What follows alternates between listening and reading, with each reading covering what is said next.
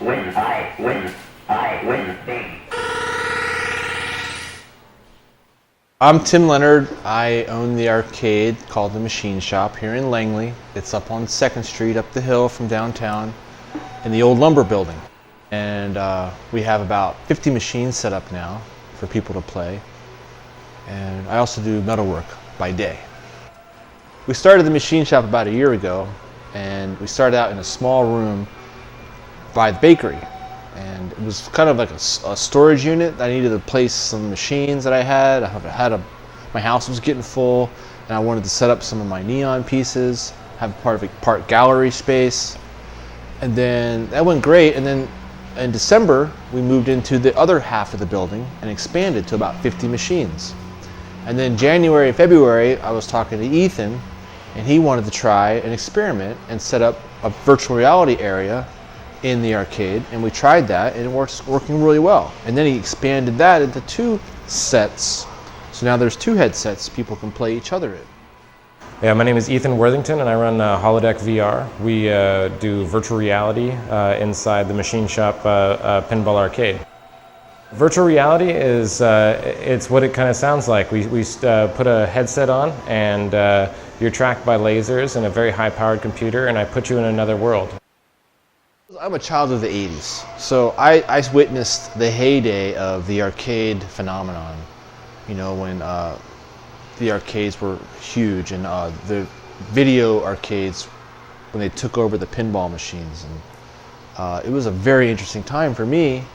A lot of this has a lot of nostalgic factor for me, because it reminds me of my childhood, but also I really appreciate like the creativity of it all. I love the artwork that's in some of the machines. And I rekindled my passion for machines because I thought I was going to try to build my own, because I make things for a living. And I started collecting pinball machines about 6 years ago, thinking, oh, I'm going to learn how they work and maybe build my own. And I'm like, now I'm like, no, it's a lot more work than I thought. But I still love the collecting part. I love the finding of them, meeting the people that they came from. They're interesting characters. A lot of interesting characters I meet in this little hobby of ours. I think pinball machines and arcades are making a huge comeback. There's a renaissance happening. You can see it now when you go to try to buy a machine. The prices have almost doubled in the past 5 years. You know, I think it's kind of retro is back, analog is back, just like vinyl records, and the young people are kind of digging it too, I think. Yeah, so it's definitely making a comeback.